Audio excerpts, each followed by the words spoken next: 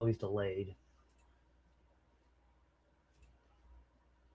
It should come up here and say that we're live, though. Come on, you fucker. Don't do this to me.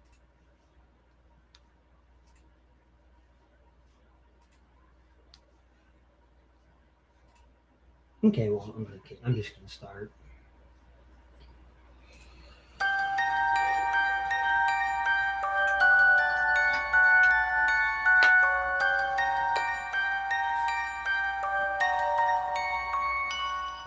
That he had put her head on a shelf and screamed at it for an hour, threw darts at it, and ultimately smashed her face in. He also cut her tongue out and her larynx and put them in a garbage disposal. Tell me in a sentence who you are. I'm nobody. I'm a bum. I'm a boxcar and a jug of wine. And a straight razor if you get too close to me. Do you ever feel violent? Yes, I do. What do you feel like doing? Killing people.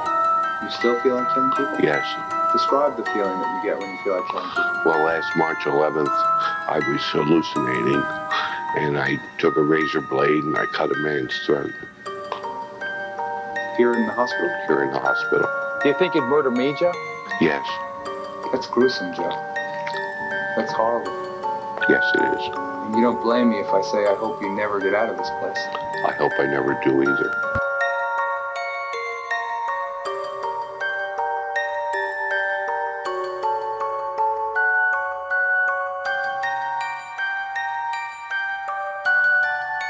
Welcome, all you true crime lovers. Sit back, grab that blanket and hot beverage, and prepare for another Saturday night of The Murder Show, whose mind and story will be dive into tonight. Now for your host, Tim, and alongside him, his co-host, Criminology, Chris, and Classroom Jackie. There's a moment in every criminal investigation when the story stops being about what happened and becomes about why. Why does a person choose violence? Why does a brilliant mind fracture? Why does someone who could have changed the world decide instead to burn it? Today we're exploring one of the most unsettling intersections of genius and destruction in American history. A man whose intellect was undeniable and whose rage was catastrophic. A man who retreated from society only to strike at it from the shadows. A man who believed he wasn't committing crimes, but waging a physiological... Help me, what's that word? Philosophical war. Welcome, everybody. This is the story of Ted Kaczynski, the Unabomber, a prodigy, a recluse, a killer, and a warning. Welcome to the Murder Podcast Show as we present the Unabomber when brilliance breaks. Well, hello everybody. Welcome to another Saturday evening here on the Murder Show. That's right, we're going to have a kick-ass time as always. The W's kicking in, and I'm feeling like a wild Jew. I can say that I'm Jewish. Anyways, I, as always, am your host, Tim, or Timothy. Not that. And alongside of me is my co-host, Criminology, Chris. It already feels like my brilliance is breaking. We hope not. And then alongside of Chris is our director of all social media platforms, Miss Classroom Jackie. What's up, guys?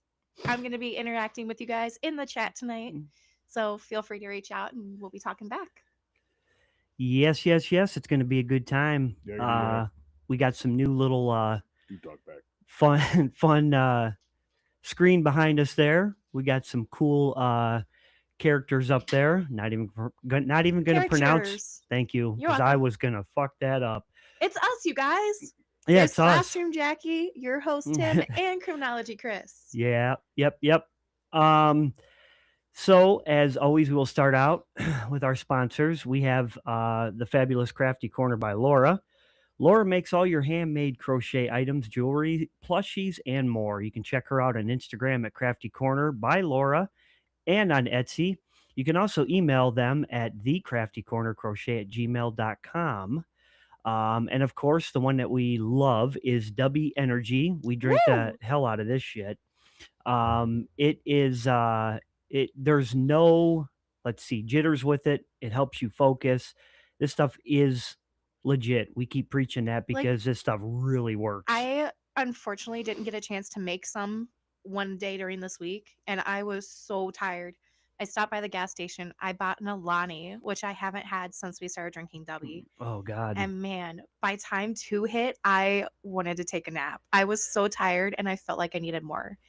The days I drink W, I'm good to go all the way up until I'm like relaxed at home around 7 and I'm done for the day. Gives me energy. I still like taking naps. I'm a big nap guy. He's a big fan of the nap. He's a nap guy. Yeah. I love naps. Hell, I took one today. Hell, I took one yesterday. Yeah. And that, so with Dubby, if you head over to dubby.gg, that's DUBBY, when you purchase any of their products, be sure to use promo code MurderShow66 and you'll receive 10% off at checkout. It is great, guys. It does help too. And then Dochi Snacking Edible Cookie Dough. We've sampled them on the show before. They come in various flavors from chocolate chip, WTF fudge brownie, basic bitch or biatch, you know, and peppermint baddie. And it is a baddie. Okay. It's so good. I have not tried So that good. one, so but I would give you some, but I pretty much ate all the container in like a week. So Chris never got to really have much, is what you're saying. Yeah, He's not a big peppermint guy. But I'm not a sweet stuff guy. I just okay. I'd rather eat a bag of chips, but keep those out of my house too. And the WTF fudge is literally just fudge brownie in an edible container. It's so good. All right.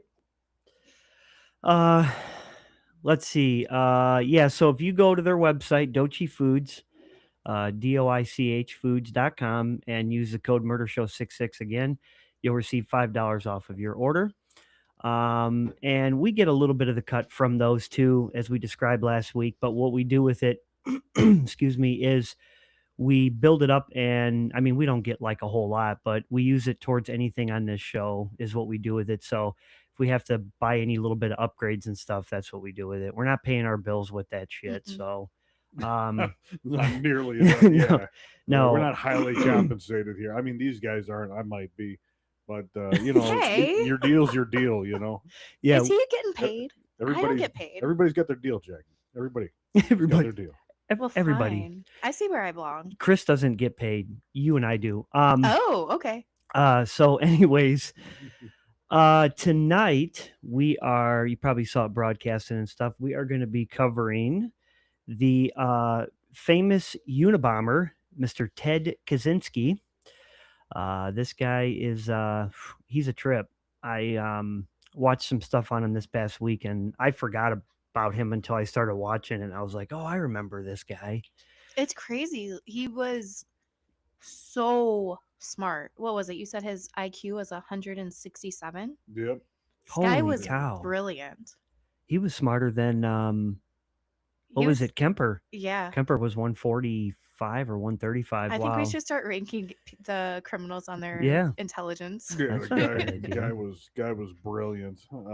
Too brilliant. I'm gonna do that tonight. I'm gonna figure out who we did and where they rank so far and who's the highest IQ. Well, it's funny how often like we ran into situations. I mean, just in society in general, not even people we cover that are, you know, too good for their own, too smart for their own good, and ended up doing something. They use it dramatically for evil. Bad for they just can't handle it or something, you know. Yeah. Oh, very true. I won't be doing anything bad. That's good. That's good to know.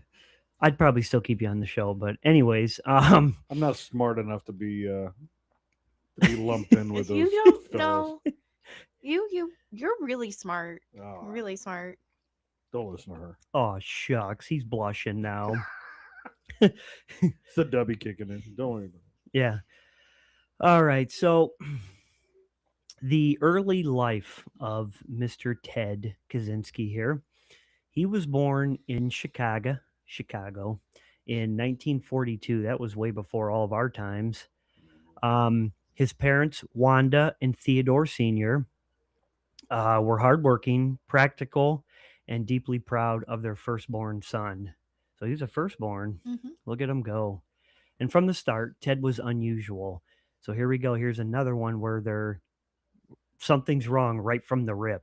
You know, he learned faster than other children. He spoke sooner than what they say. Kids start speaking and stuff. But and he, let's see, absorbed information with a kind of hunger. By kindergarten, teachers noticed he wasn't just bright, he was exceptional. Damn, he was like a genius right from the start. But there was something else, a distance, a quietness that wasn't shyness so much as separation. Ted didn't connect easily. He didn't play with the other, or I'm sorry, he didn't play the other way children played. He watched, analyzed, and he stayed apart. There's a story that his mom told years later, a story she believed changed everything. When Ted was just 9 months old, he developed a severe allergic reaction and had to be hospitalized. He was isolated for days, no parents, comfort, touch. And when he came home, she said he was different.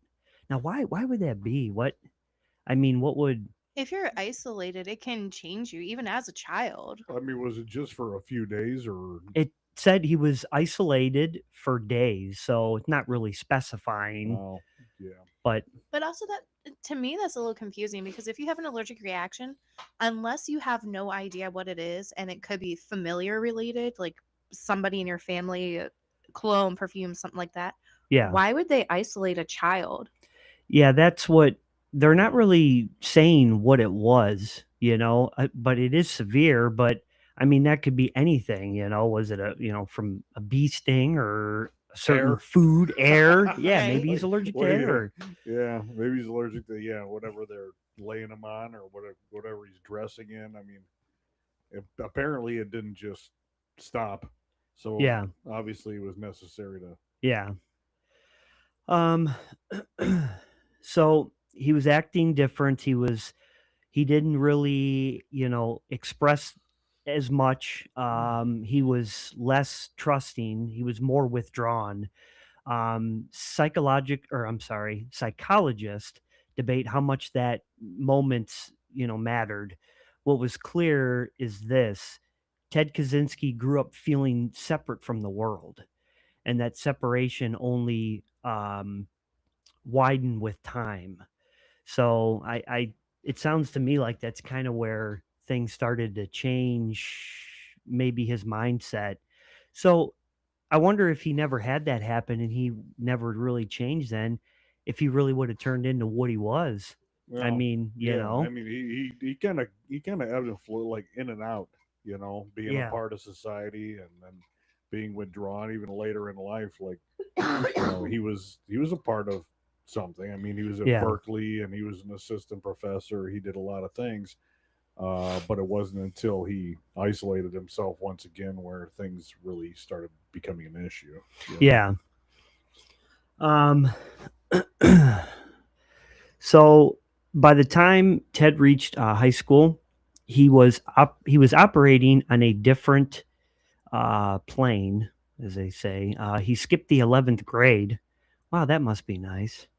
Never could do that. Of course, I was lucky to get out, but oh hey, how you doing? When in doubt, wave to the TV. So We're trying something new, guys. it's all good. He devoured mathematics textbooks for fun. That's something I definitely could not do. I Wait, am developed or horrible. read them? He devoured them. Oh, okay. So he read them and went through them. Yeah, Pretty fast. it sounds Okay. like he went through them from front to back and really studied them. Yeah, I couldn't do that. I hate No. math. Chris hate it. is good at math, but Yeah, I was a big math guy. I think when I was in grade school, actually, I got offered a trip to a university for a week to take a college course as a young In kid. elementary school? Yeah, in elementary school. I think I was in like third grade, and actually they were talking about actually putting me in They actually had to have teachers come in and teach a special course for 3 or 4 of us at the school because Tim, I think we have to be worried. Why is that? Because if he was in elementary school and got offered to go to a college course, like, I think we need to be worried. He might be the really, really smart one. Math was easy, I think, but I shut it down when I got to high school because I hated my teachers and I didn't want to, it's kind of a fail to start apply yourself sort of situation. So I think everybody kind of caught back up eventually. So by the time I graduated high school, like I was probably on the same plane as everybody else. Yeah. Yeah. And I didn't like it anymore either. I went to college. I only took one math class. And it was nice because my major only required one math class. And I stopped after my junior year. I hated math.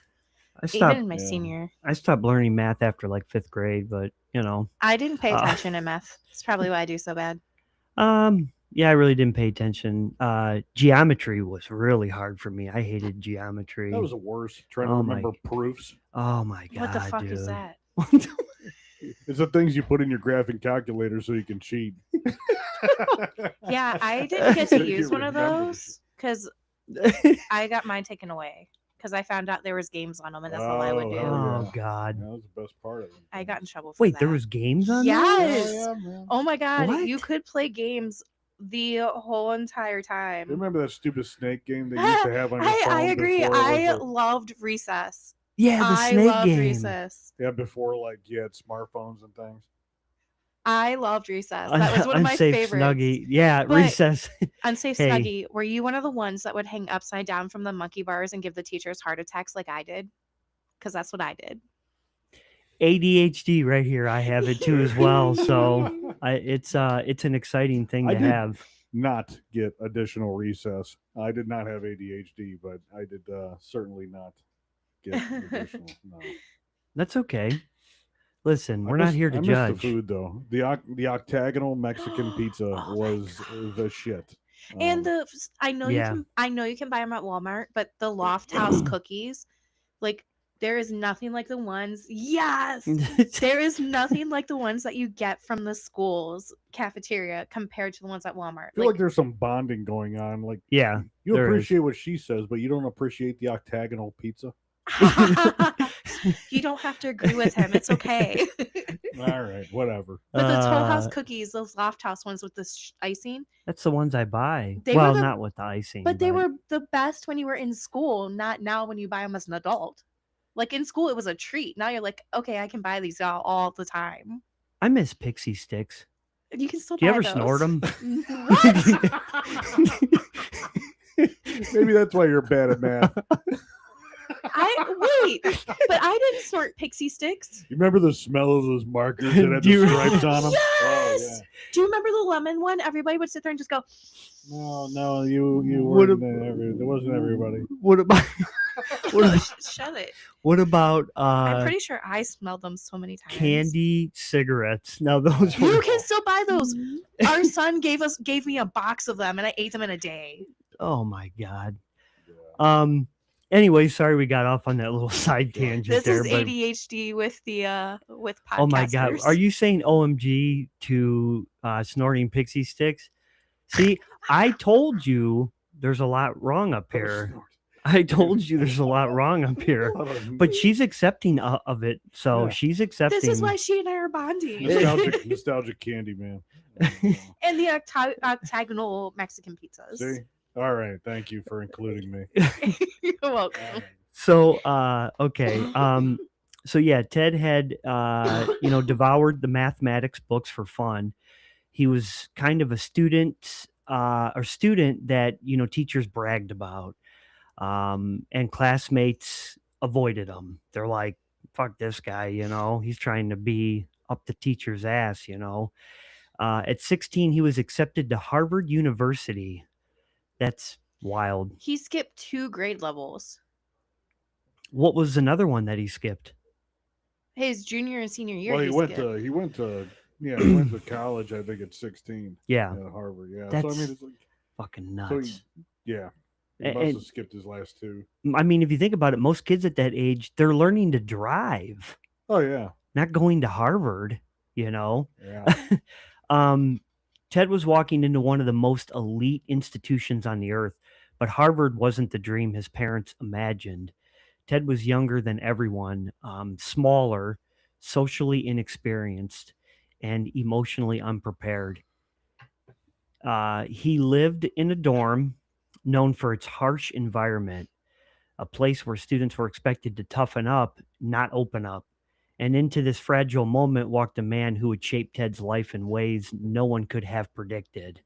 Why would a dormitory get a reputation of being, hard on? Yeah. It's a place where you're supposed to live.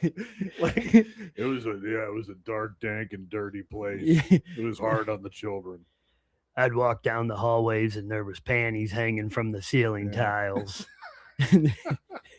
Smelled like a lake. Oh, sorry. Bedtime was 7 o'clock. I mean, most of these people were adults when they went to college. Like, what the fuck are they doing? Oh God. Wow. I may have peed a little bit. Anyways,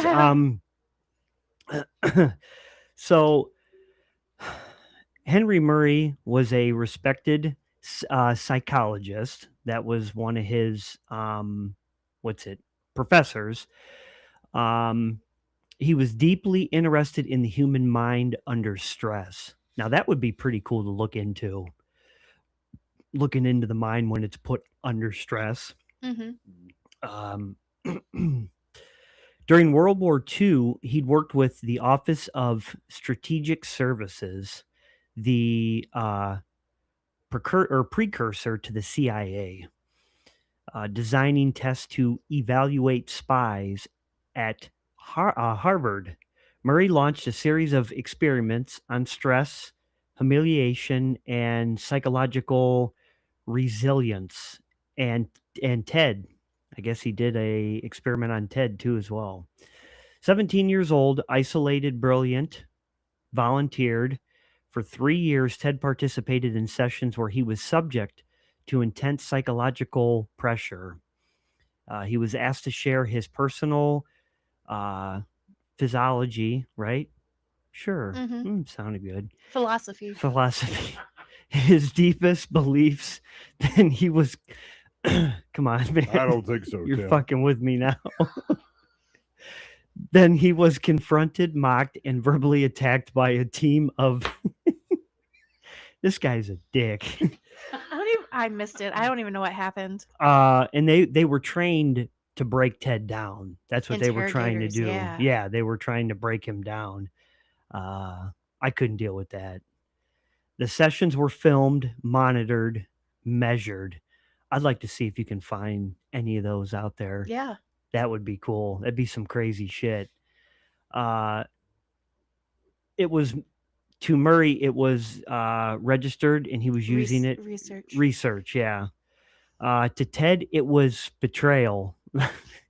Everybody's just getting on me today, man. I'm telling you. It's pick on me day. No. That's all right.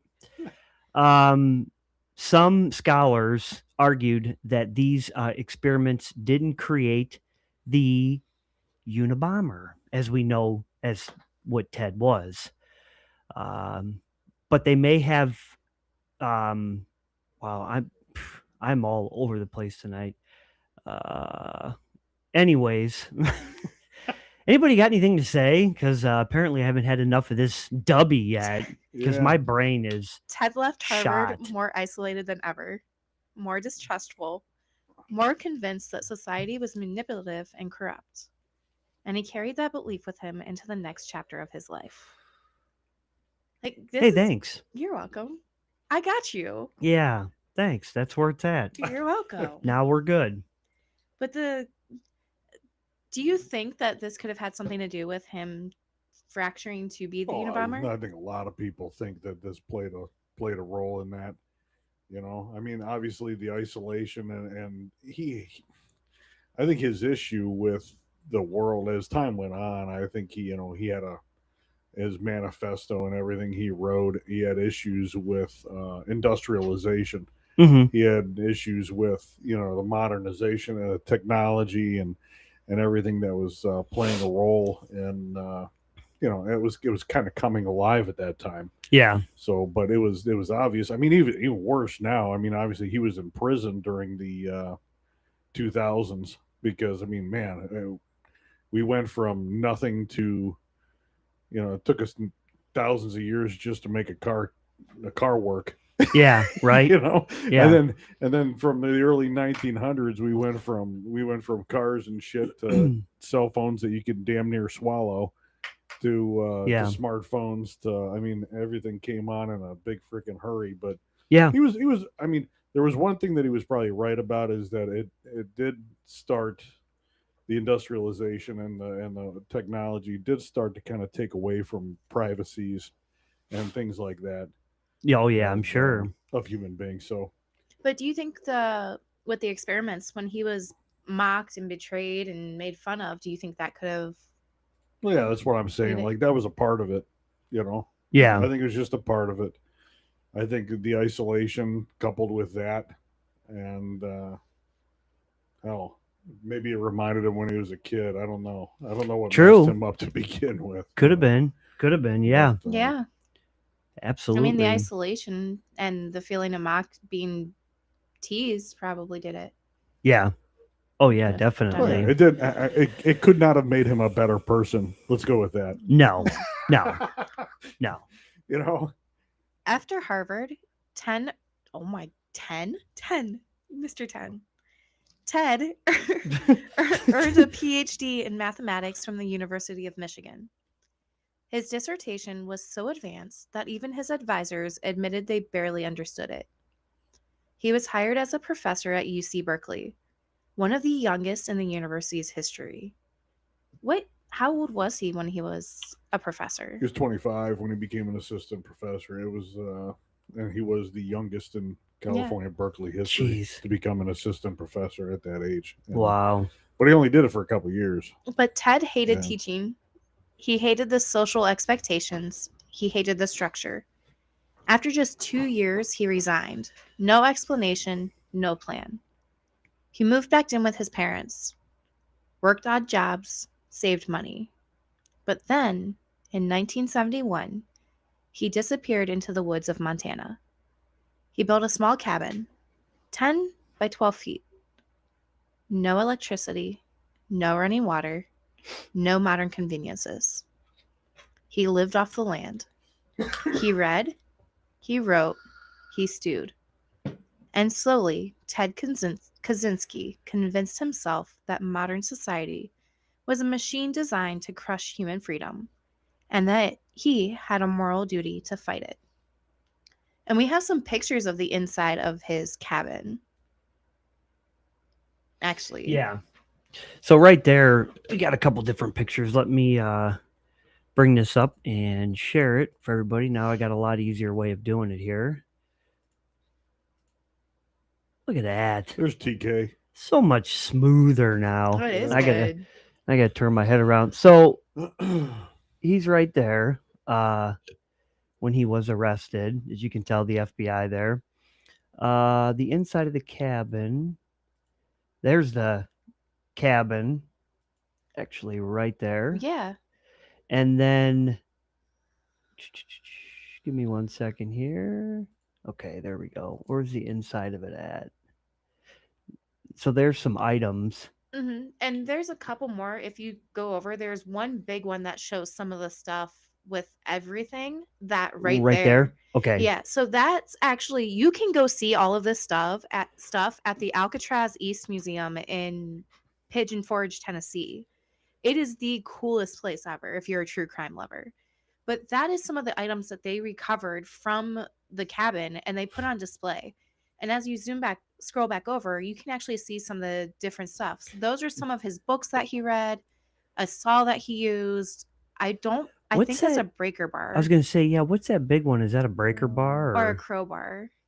It's kind of hard to tell. Well, what you can tell, I mean, from this stuff is that, I mean, he wasn't making this. He wasn't making this shit in a lab. Mm-mm. He didn't have a lab. He didn't have like some fancy warehouse with nice machinery or anything like that. So he was making a lot of the stuff from like homemade, like pieces, parts, and scrap and that kind of thing. Yeah. We'll show another picture of one of the bomb devices in a minute. But if you go back click back over. 1. That box right there, that wooden box with those components in it. Yep. That is one of his test bombs that he made. It's not active. Oh, Obviously, okay. it is not active. Well, yeah. Yeah, I But doubt they just mounted that on a board in a museum. That Yeah. is one of the setups of one of his test bombs that he made. Hey, Got everybody, it. come walk by this and look at it. Don't poke it. So And one here, of his scales, his Bible. wow. And then the same saw Mhm. again down there. Yeah, and that's actually the evidence bag that the Right saw here. was wrapped in. Nope, on the right there in that top corner, the shape of the saw. Oh, okay. That's one of the evidence bags. That's pretty cool. Mhm. Then his Bible. Wow, that's evidence. Yep, Bag there. that is one of the bags. And then Bible's there. Mhm. He said that he underlined the passage, one of the passages in Psalm 23, the 10 Commandments, and the entire first 3 chapters of John he had underlined. Oh, Wow. So there's a bomb there. Mhm. You can actually see where he has Yeah. those underlined too. So he's got like some batteries, looks like double A's, and then what is that, like a 9-volt, and then whatever this device. That's crazy that he did all that. And Yeah. then cabin there. So wow. That is wild for sure. If you want to leave that picture up of the bomb, we're about to talk about his first one. It's up to you. Yeah, I can put that back up again. Not a problem. Ted Kaczynski's first bomb arrived on May 25th, 1978. It was left at the University of Illinois at Chicago, addressed to a professor.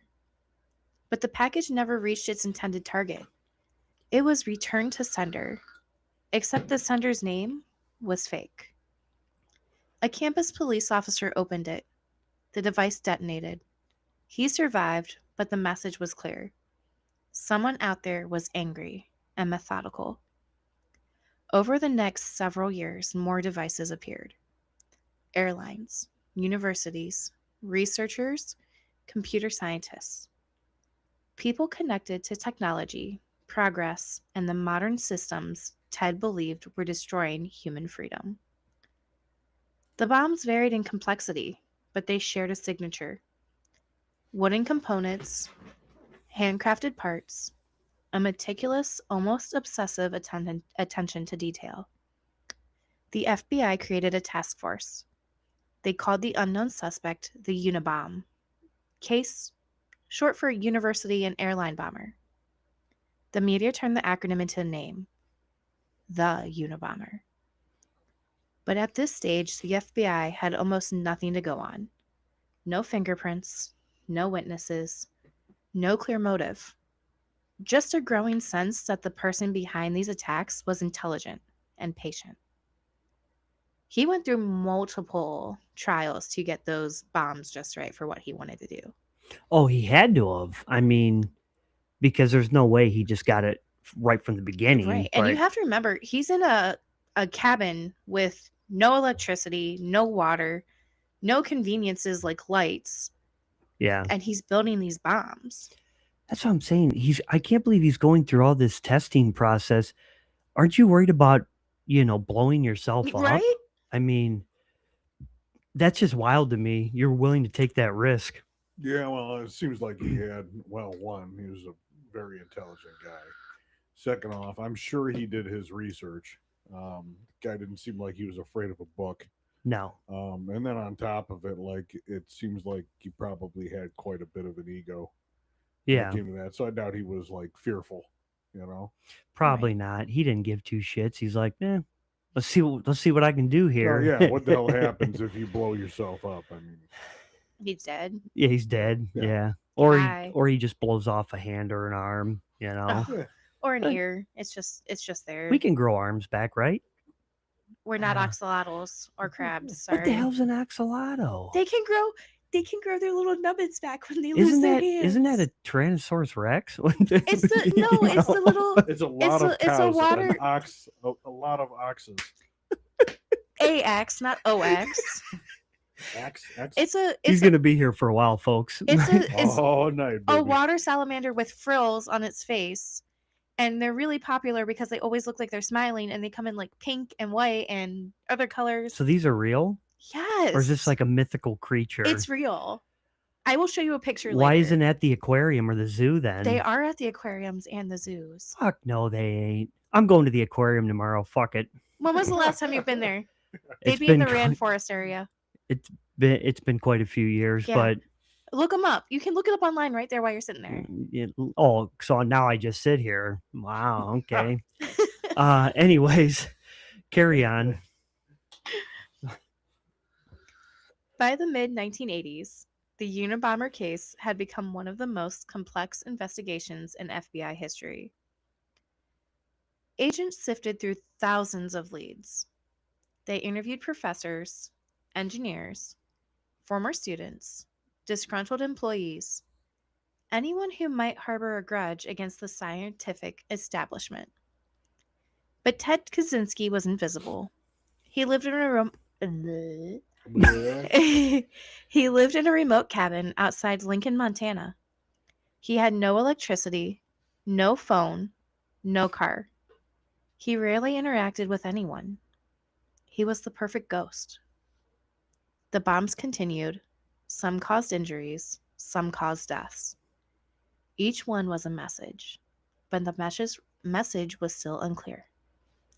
Investigators began to suspect the bomber wasn't just lashing out randomly. He was targeting symbols, institutions, people who represented the technological world he despised. But without a manifesto, without a statement, without a voice, the FBI was chasing shadows. And then, in 1993, after a 6-year silence, the Unabomber resurfaced with deadlier intention. You mentioned why they called him the Unabomber? Yeah, I did. It stood for University and Airline Bomber. Right. That's how he got, and they did not spell it as bomber with the ER at the end. It was UNABOM. Unabomb. Yeah. Unabomb. So if I remember correctly, because I'm trying to remember, I watched the Netflix thing on it this past week, and he would send random things in the mail too, right?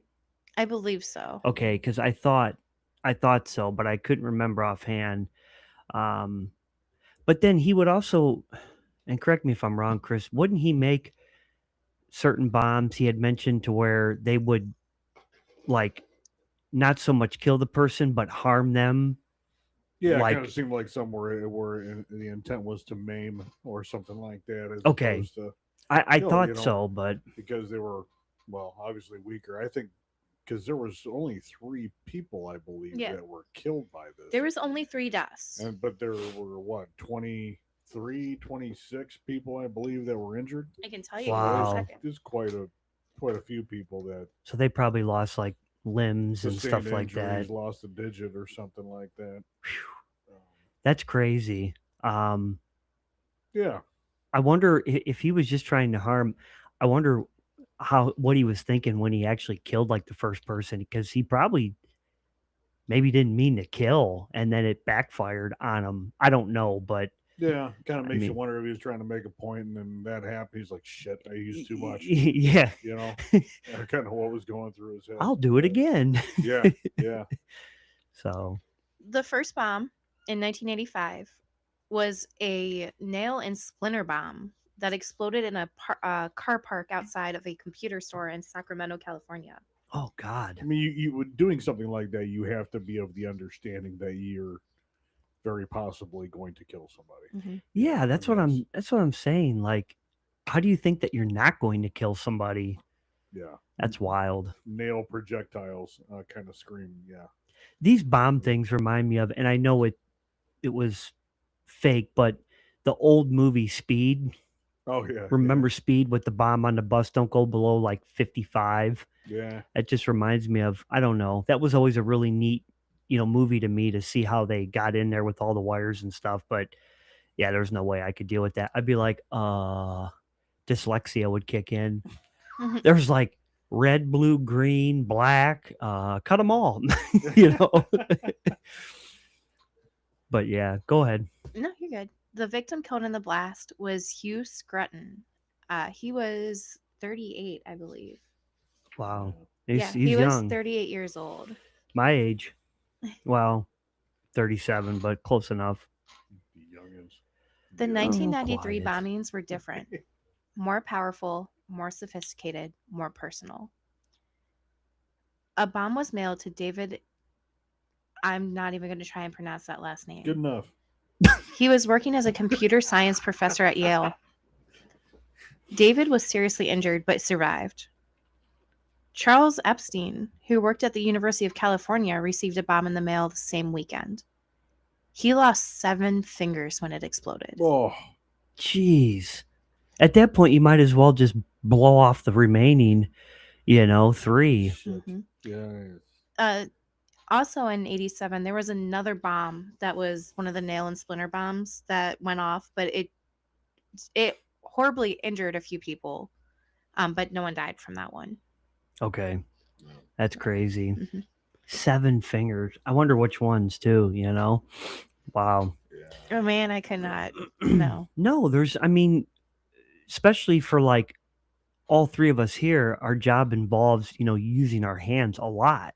And most jobs do, but yeah, how can you got to relearn all this stuff, The unfortunate part of that is Yeah. an explosion. The chances of them being able to reattach anything is probably out of the question, I would assume. Yeah. I'm no doctor. Unless I they just- they say I they just don't think can if they get it on ice fast enough. Well, yeah, if it's cut off. But Yeah. I mean, in a case of a Blast like that. yeah, it might not be a whole lot. You'd have to find them first because with an explosion like Yeah. that, they probably flew. And it probably they weren't whole. Yeah. I mean, It's okay. Just attach what's there. Yeah. There's nothing here. yeah, that'd be bad. In 1994, Thomas J. Mosser was an unfortunate victim of Kaczynski's bomb. A bomb arrived at his house in New Jersey. He was killed from that one. Wow. Gilbert Brent Murray was also killed by a bomb that was mailed to his office at the California Forestry Association. The bomb was actually addressed to William Dennison, who was replaced by Murray because he retired. Wow. This guy's got, this is a different story than what we usually cover, which is cool about it. Yeah, he killed 3 people. We cover murders and stuff like that, but He ended up killing 3 and injuring 23 but out this of all of his 16 devices. wow. So Mhm. yeah, what makes this different is everybody that we cover has killed people cold-blooded with their hands. Well, not, but like guns, knives, strangulation, Right. shit like that. This guy used bombs, different devices to kill people and harm them, which is it's just different, it's Well- far-fetched because there's not many of these people killers that have used bombs, I don't think. Well, yeah, I'm sure there were, but not like this. And I think that, much like the guys that we've covered in the past, I think that this is just another situation that took place in the 80s, 90s that kind of taught us a lesson. Yeah. And now there's obviously things in place to disrupt your ability to mail such a thing. Mhm. I mean, back then, I don't know how hardcore they were looking into like what's inside your package when you Yeah. send it. It's kind of the honor system. Mail whatever you fucking want. Yeah. I mean, where was he sending this stuff from? I mean, was he just dropping it off at like, the post office, or was Yeah, he, that's a good question. I mean, was it a specific carrier that were taking these things? Was the mailman Um, coming to his cabin to get it, yeah. Well, yeah, and even like back then, I think even the post office. I mean, they're federal. They've come a long damn way.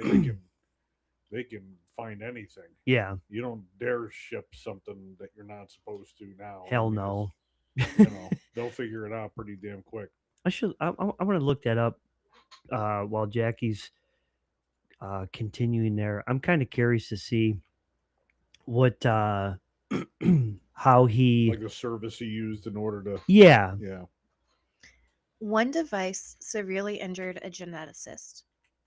Another maimed a computer scientist. And a third, an advertising executive. The FBI realized something chilling. The Unabomber was evolving. He was studying, learning, and refining. And he was no longer content with symbolic attacks. He wanted to make a statement, one the world couldn't ignore. Sorry, I was just looking. So, looks like a post office. Right Yeah. There. So USPS was sending 9 of his 16 devices through the mail. Wow. And then the remainder were hand delivered, left, or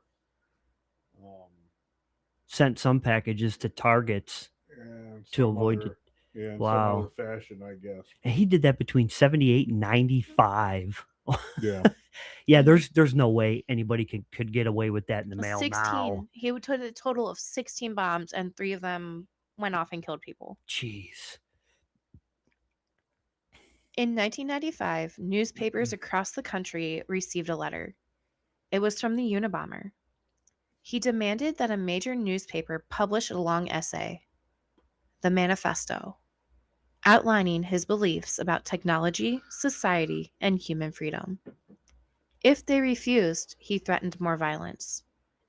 The FBI faced an impossible choice: give a killer a platform or risk more deaths.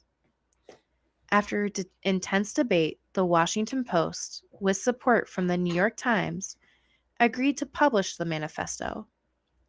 It was a decision that would change everything. Ted Kaczynski's manifesto was titled Industrial Society and Its Future. It was long, dense, and philosophical. It argued that modern technology had enslaved humanity, that industrialization had stripped people of autonomy, meaning, and dignity. It was the work of someone who was not only intelligent, but deeply obsessively committed to a worldview. Millions of people read it.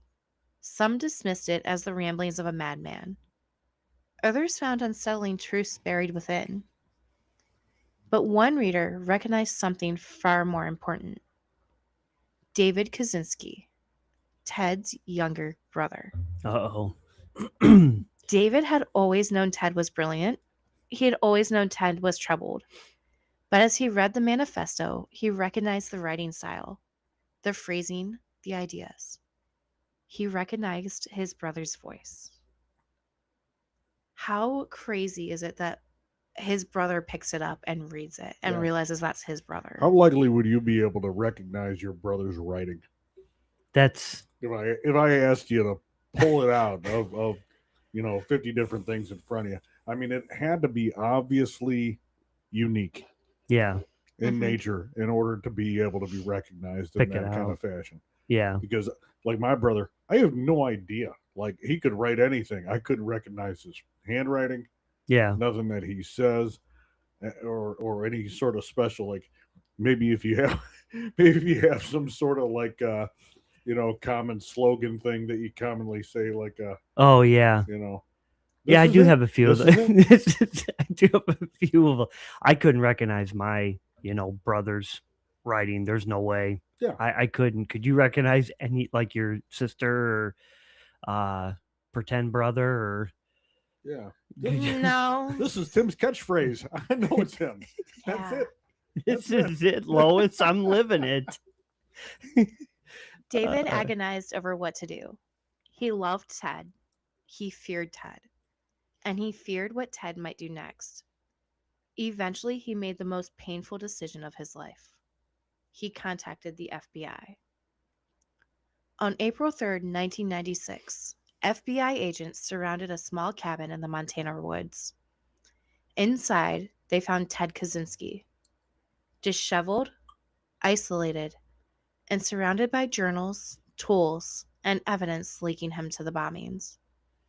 He was arrested without incident. The trial never happened. Ted accepted a plea deal to avoid the death penalty. He was sentenced to life in prison without parole. He spent the rest of his life in federal custody, writing, corresponding, and maintaining his beliefs that his actions were justified. But the world saw something different. A brilliant mind that had collapsed under the weight of its own isolation.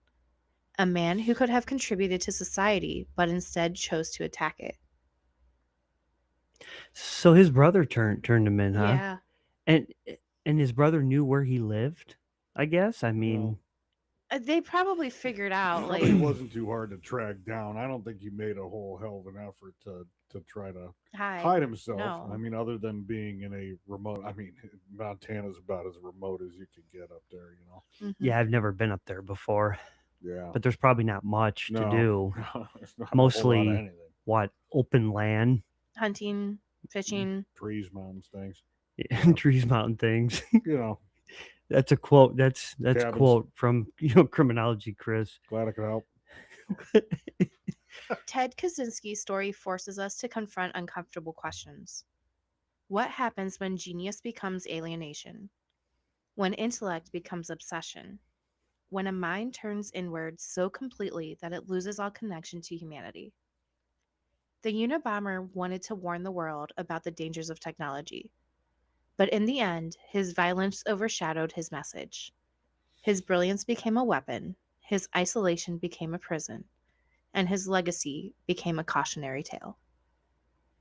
And if you think about it, like that message he had about technology back then, people still have that message today. Well, yeah. Yeah. They just, Yeah. As soon as you start hurting people, you kind of lose your credibility a little bit. You know. Yeah. It's just now you're a kook, right? Yeah. you're a nutball as soon as you start bailing bombs.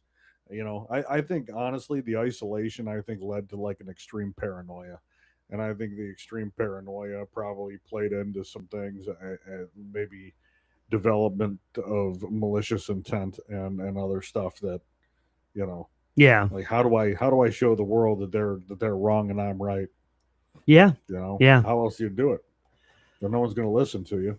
No. But let's try writing a book first and let's get it published and maybe see how that's going for a little while. Give it some time to marinate, Yeah. you know, before you. I think he enjoyed the fame a little bit. You know, I don't know. Yeah.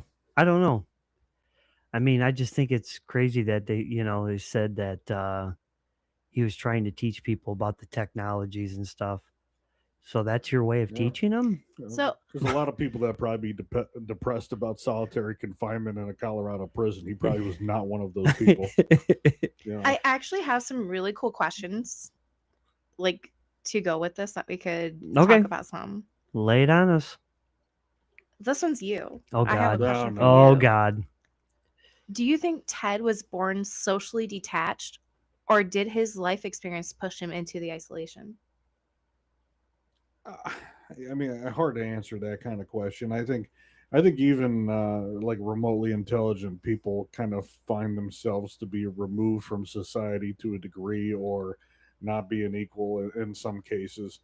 You know, I don't know if it's boredom or whether it's in class or, you know, what drives people to feel isolated in schools, but personality traits are personality traits. I grew up when I was a kid, I was very shy. Really? I was Oh, not. I was a extremely. social butterfly. Yeah, I was. I had a lot of friends. I was very but, shy. Yeah, I would much rather just go to school and not have anybody just like witness me and bother me and call on me and stuff like that in class. As a matter of fact, I think when people used to call on me in class, I think it give me anxiety. Oh, I I used to was- hate that. I was Yeah. a social butterfly, and whenever I knew we were reading out loud, I would count ahead, like who was in front of me, and see where I was going to read.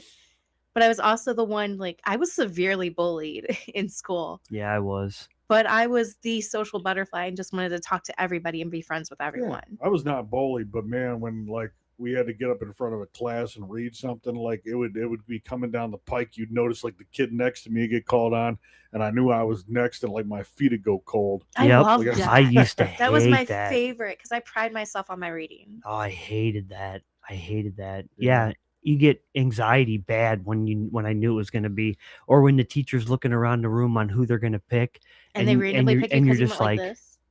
you're like, God, don't call me. I was always the one with my hand in the air. Oh God, you were one of those. You're the one that took the pressure off of me. Uh-huh. Yeah. Because Yeah. I loved reading. Bless you. So both of you, do you think someone with his intelligence could actually have a normal childhood? Well, I mean, it depends on what you consider normal. You know, Could he just be a kid who went outside and played? Being as smart as he was. Yeah. I don't think you would find that I don't think he would find fun in the things that other kids would find Yeah. fun. So Yeah. he couldn't have a normal childhood then. But Well, it's a difference between being an adult and being a child. When you're a child and you look at a tree, you look at it and you're like, oh, yeah, hey, cool, there's a tree. I wonder if I can climb it. When you're an adult, you look at that tree and you say, man, that's a big tree. I wonder if it's going to get blown over by wind or break anything Yeah. or land on my car. I wonder what kind of tree that is. Is that an oak? Is that a maple? Yeah. What lives in the tree? That kind of thing. As a kid, you don't think about that shit. and if it's a sap tree, we're cutting it down. Yeah, I everything's- fucking hate those. Exactly. So, but everything's very simple when you're a child. Mhm. So if you skip the simple, if you immediately jump to complicating a situation in your mind, it makes everything more complex. Yeah. And once the complexity becomes such that you're overthinking everything to begin with. Once again, leading to stress and anxiety and a whole bunch of other things that are going to be brought on early in your life, as opposed to, just being able to just go climb the damn tree. Yep. So I think that's a big part of it. I was overthinker big time, and I still am. And that shit drives me nuts, because no matter how much you try to shut your brain off, there's sometimes I can't Yep. shut my brain off at night when I try to go to bed. Yeah. And that's the worst. Yeah, ask her. I mean, a lot of people look at like your desk and they're like, "Oh, that's a desk." Me, I look at the desk and I'm like, "I wonder how that's put together. I wonder how it's standing up. I wonder where the bolts are. I wonder blah blah blah." Yeah. Stupid shit. Yeah, it Yeah. definitely is. So, All right, for you. uh-oh. If Ted had never met Henry Murray, do you think his life trajectory would have changed? Do you think he would have been felt betrayed by what? Like, do you think he would have left and gone to the mountains, or do you think he would have continued where he is? If he hadn't met him, Yeah. I mean, that's tough. I don't know. I think he still would have gone to the mountains, just because ever since that whole, isolation thing when he was a kid, hospitalized and stuff, that was when he really started distancing himself. And I think regardless, he was still going to go to the cabin. So on that aspect, what do you think he was searching for when he moved to Montana? And do you think it was a retreat, an escape, a protest, or the breakdown? An escape. I think he was escaped just to try to get away from society. Yeah, I think it was a few things. I think he was also probably trying to protect himself. Yeah, that's true. Yeah. Yeah, so it could have been a protest at the same time too. Like, this is what everybody else should be doing. Look at me. Yeah. You should go to the woods where everything's calm and you don't have to deal with all the industrialization and the technology. Yeah. Yeah. I mean, there's a lot of different things we could say about that, I mean, who the hell knows? He was highlighting a bunch of Bible verses and things like that. Maybe he was doing something in the name of God. I mean, there's a lot of You never know. theories, I'm sure. You never know. Do you believe that Ted's brilliance made him more vulnerable to radical ideas and the breakdowns that he had? I think it made him more critical of them. I think that being critical and maybe not being heard, maybe probably drove that a little bit. Yeah. She's hitting us with the zingers. Zingers. I figured we gotta do something a little it's cool good. tonight. It's good. Could isolation like that intensify someone's existing beliefs for both of you? Absolutely. I think without having somebody that would protest your ideas or have somebody to try to contradict your line of thinking, I think will do nothing but further your beliefs. Yeah. I second that because it sounds smart as fuck, so I'm going with it. Why do some people justify violence as a form of ideological expression? Ideological. Ideological. IDOLOGICAL. So what is that? What is that exactly? What is ideologies? So like what your beliefs are. So read the question one more time then. Why do some people justify violence as a form of ideological expression? Well, there's no other way to justify it. Like, what else? What else do you do? Yeah. So, like, I mean, it probably would have been a hell of a lot more productive and enjoyable had he gone out and started shooting squirrels and shit. I mean, That's my answer. Go dig up rocks. You're in Montana. There's sapphires in the ground up there. Go find some shiny shit. But I mean, find other ways to take out your aggression. But trying to display your dissatisfaction to the world regarding your beliefs, I think the only way to do it in a manner in which is going to gain appropriate levels of attention would be to go the violent route. Yeah. Okay. I don't see it being productive in any other way. Yeah. He wasn't doing it just for the hell of doing it. I mean, that's exactly why he was doing it. Yeah. He's like, I'm going to get people's attention with this. On that aspect, do you think Ted saw himself as a villain or a revolutionary? Probably revolutionary. Yeah. I mean, well, a lot of people will do things in the name of whatever in order to once again get people's attention and get you to understand like their way of thinking. Yeah. I don't think he felt like a villain. No, I don't think know. he was doing something necessary. I mean, he knew that what he was doing was wrong, I believe. Oh, I'm yeah. sure he did. Yeah. But at the same time, I think in order to, some people will say, in order to change something, I mean, you got to sacrifice a few in order to better the whole. Mm-hmm. That's probably the way he viewed it. Well, a few people are going to get hurt, but in the grand scheme of things, everybody's going to be better for what I'm doing. Yeah. I don't know. How do you feel about the ethical dilemma that the FBI faced about publishing his manifesto?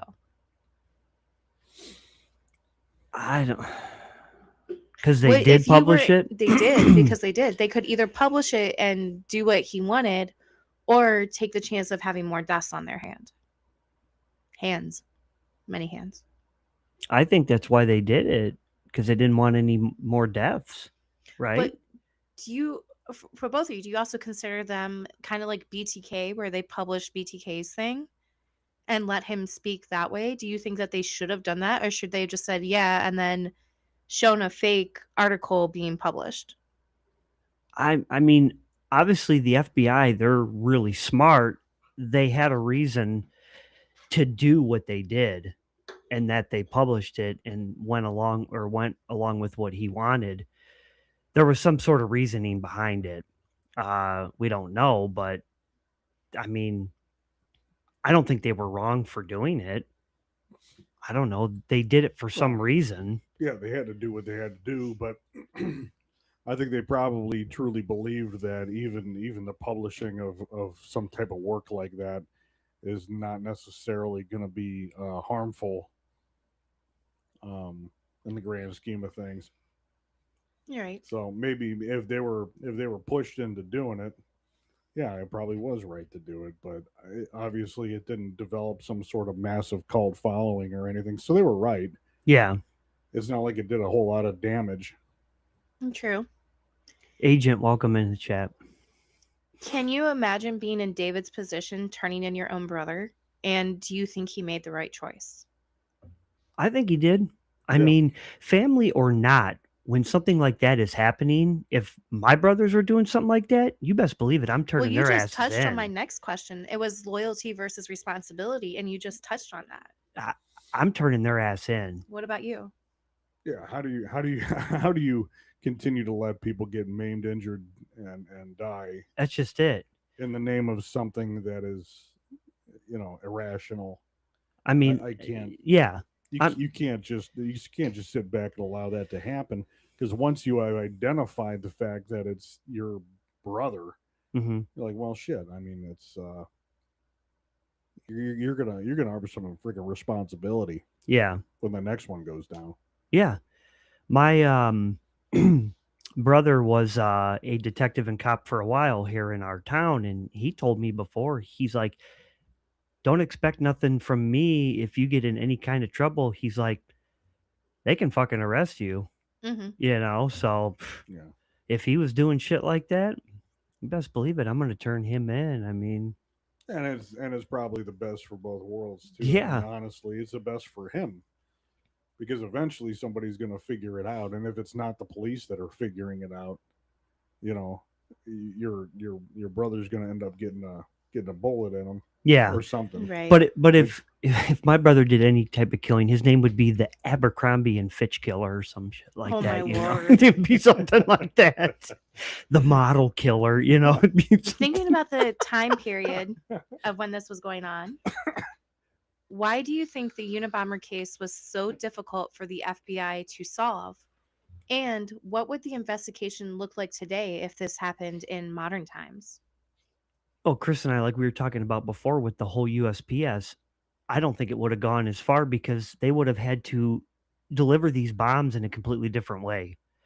They would have literally, They wouldn't have gotten delivered because they x-ray everything. the bomber would have had to hand deliver this stuff in disguise. He'd have to hand deliver it. I Right, mean, because almost everybody has a Ring camera. yeah, how or a and doorbell that's camera. that's another thing too. The cameras in today's world, how else are you going to do it? You Mhm. know, unless you pull up and cover your face and throw it out. But then they're still good. They can get license plate. I mean, The entire thing that he was fighting against would have prevented him from being able Oh, to act in a way that he did. it So would have never made it. why did it make it so hard for the FBI to solve? Oh, once again, it was not monitored. You didn't have cameras everywhere. You didn't have people watching over there. So they weren't expecting these things, you know. They probably didn't have a return, address on the packages either. They had no way to track them. Well, they said one of them did get returned, but the person's name was fake, so it couldn't be delivered. Yeah, so he was That'd be funny covering. if he opened it. Oh, I got something in the mail. What is it? Hey. Oh crap! Game over. You lose. Bye bye. That was good. That was good. Boy, what did I get? Did I get a package from Prime? Oh No. my gosh. Shit.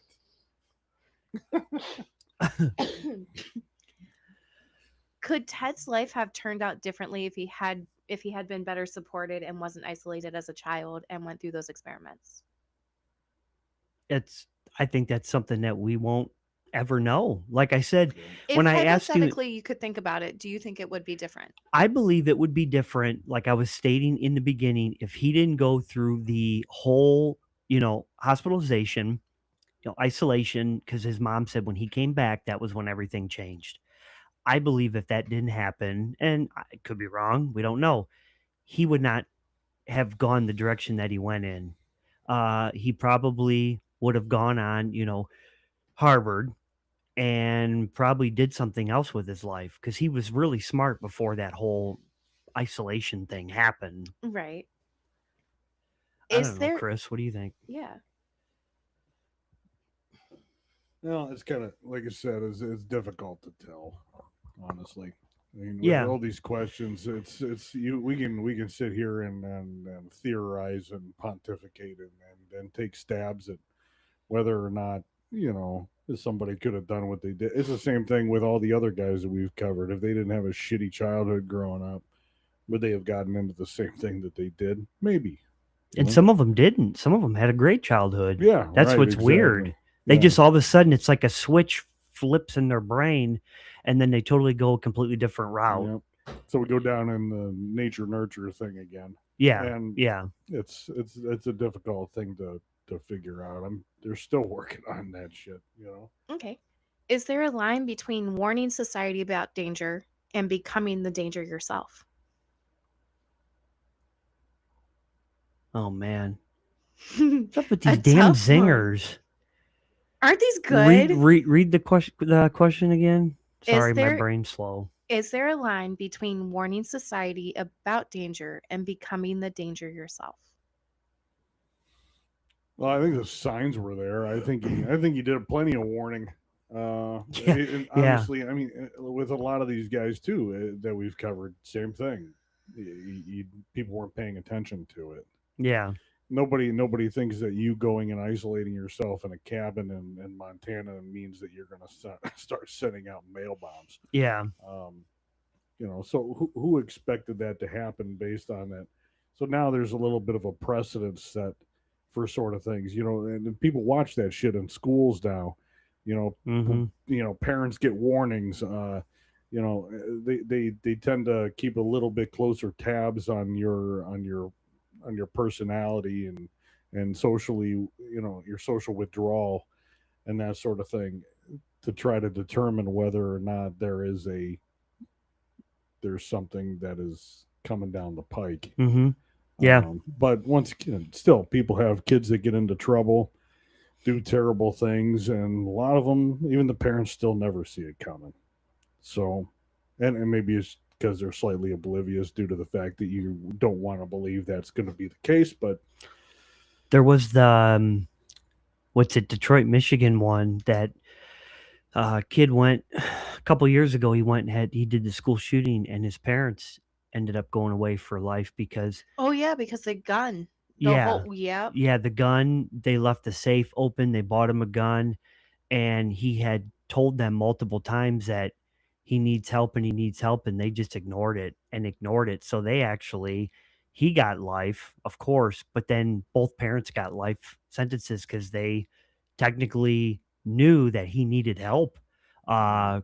Crumley is the last name. Jennifer was his mom, and Ethan was the Yep, kid. I know what Ethan. that case you're Yeah. talking about. Eventually, I'd like to cover that one because it's got a crazy storyline to it. But yeah, I mean, it's how do you ignore your kid when your kid says, "I need help, something's not right," and they found his sketchbooks of him shooting the school and stuff, and they just ignored And it. didn't he have a list too? He had a list, yeah, Yeah.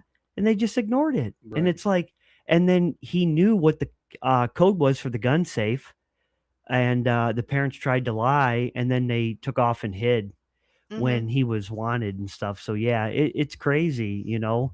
If my child came to me and said that, hey, I need some help, this and that, blah blah Oh yeah, blah, instantly. I'm getting going to take you to help. get help. Yeah, back then too, I mean, a time period also, once again, people didn't really believe in that.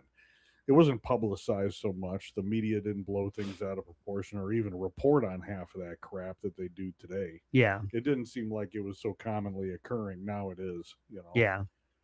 So, What lessons should we take from Ted's life about mental health, isolation, and extremism? you're asking a lot of questions. I think this is the last one, right? Well, the last one was, do you think he's going to would have ever returned to society? No, Nah, he wasn't going back. no, I don't agree think with he that. had any interest. no way. Yeah. Hey, those were good questions though. You know, we'll have to do stuff like that more often, definitely. I like that. It was fun. Those are great. Yeah, I think that's, I mean, pretty much about it. As far as his like trial and prison and that sort of thing, like you didn't mention anything regarding that. Yes, I did. Did he?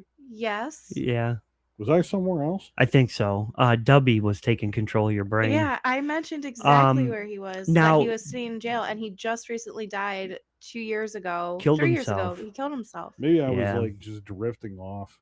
I Yeah, don't know. he didn't have a trial. He took a plea deal to avoid the death penalty and was sentenced to life in prison without parole. I was mentally isolating. No, it's all right. It's It's in I It's told you kind- I'm the it's- third wheel. it's kind of an off an off night tonight too. We seem to can't get over like two people in our chat tonight. It's kind of a slower night. It's I very know, it's it's very like- weird. Well, we also Seems- noticed we had an issue on the YouTube, so It Yeah. seems kind of somber. It is. It's just a different. Kind of Agent, we don't count him. But yeah, it's just been, but that's all right though. You know, we're gonna have nights like that. We can't always be riding up there. Numbers and all that on the channels. Jackie, do you have numbers on the Tiki-Taki there? I do. Give me one second. YouTube, we keep going up in subscribers, at least like 3 or so every week. We're at 70 subscribers right now, and we are just literally probably 10 away from hitting 5,000 views. All right, well, by that face, what are we at on TikTok now? So the video that I posted for the Unabomber episode has 44,500 views on it Jeez. on one video, and we went up by 20 subscribers in a week. We started this past weekend with 456. Hmm. We were at 472. That's awesome. too much fun. That's too much fun. We're moving. We're grooving. 472 followers on our TikTok. This is it. I'm living it, Lois. And we're back on Instagram. We started Yes. uploading on those again. We had a little bit of downtime with it. We went from 22 followers to 27 in a day. Just today. In a day. Wow, that's awesome. And our Facebook, we are currently at 107 subscribers. Awesome. You guys are great. Everybody that listens to us and the people too. And I never get a chance to really shout out to the people because a lot of them are on the streaming platform. So anybody, if you're listening right now to the show, when it gets sent there, we appreciate it. If you're listening on what are the iHeart, Apple Podcasts, Amazon Music, Thank you. Spotify, Castbox, But- any of those big streaming apps we Lots are of on. words. But we do appreciate it, though. I never get a chance to thank everybody that listens through that way. Not everybody comes into the lives here, so we do appreciate everybody listening there. The numbers are just ridiculous. I mean, we over hit there now. 5,000. Didn't we hit 5,000 views on our YouTube finally? We're like 10 away. 10 So- away. Come on, guys, help I us said out. that a few minutes ago. If you're listening, but I was. it's fine. Anyways, though, next week we will decide. We haven't spun the wheel to figure out who. That's all right, Hold though. on, you want to do that?